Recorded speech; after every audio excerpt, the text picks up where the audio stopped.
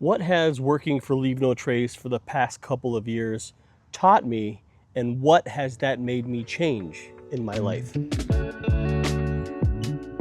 What is going on, friends? Welcome back to the channel. For those of you who are new here, my name is Rob Pelton, and on this channel, I just do a lot of really cool stuff outside.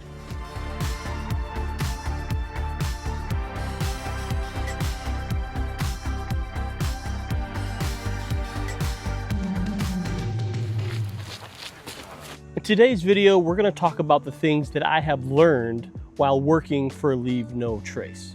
The big disclaimer I want to get out of the way first and foremost is this is not a video meant to target or bully or point fingers or shame or anything like that.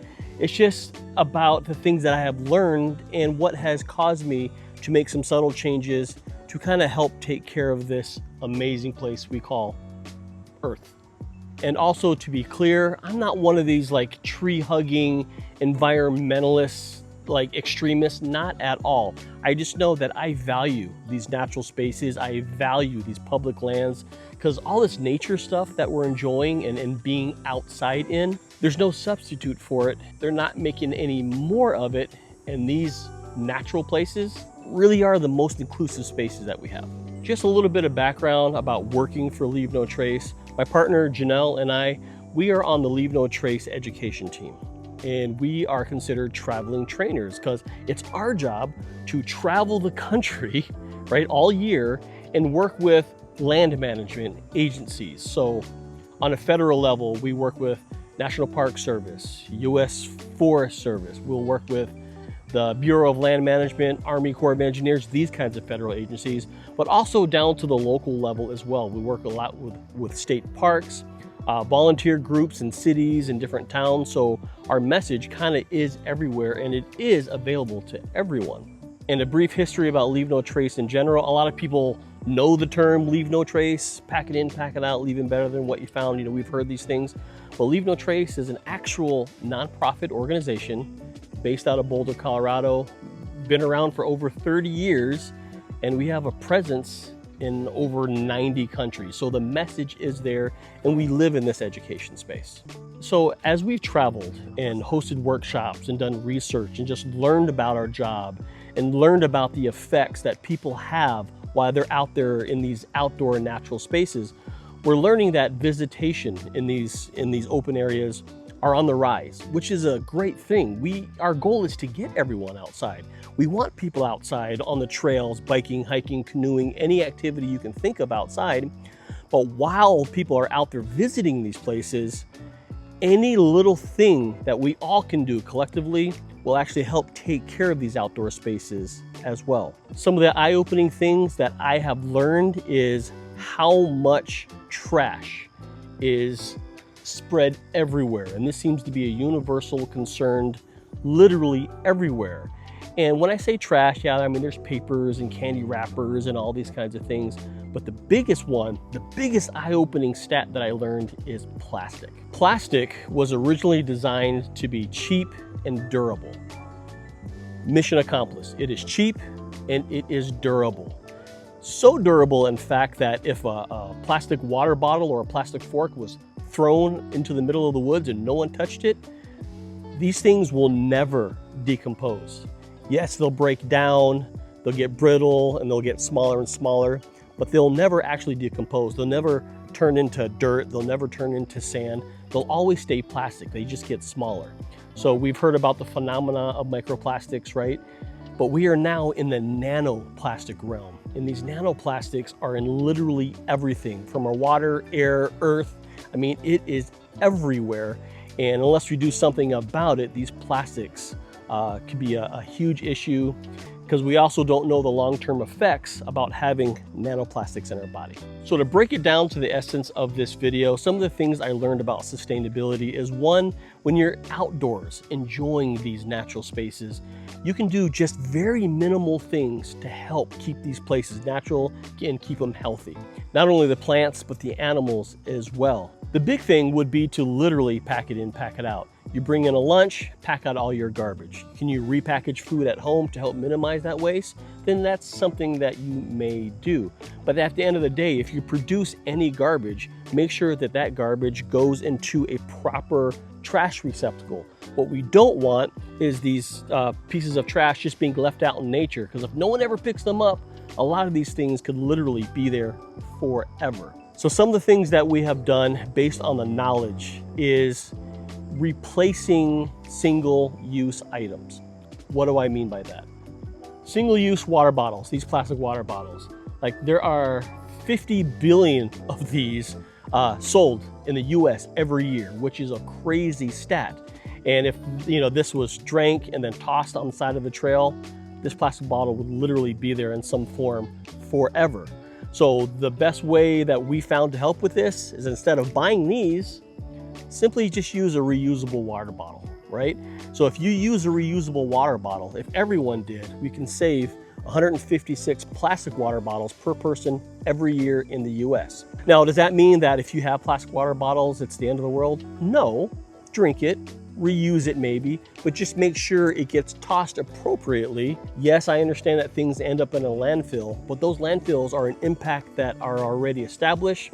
They're already in an area that's affected, right? So better to keep them there and concentrated than having small sources of plastic all over the place. So we now just refill our water bottles wherever we can instead of using these. The other thing that we started doing is, when we go out to eat or get takeout food, we have chosen to not accept these single-use plastic utensils anymore.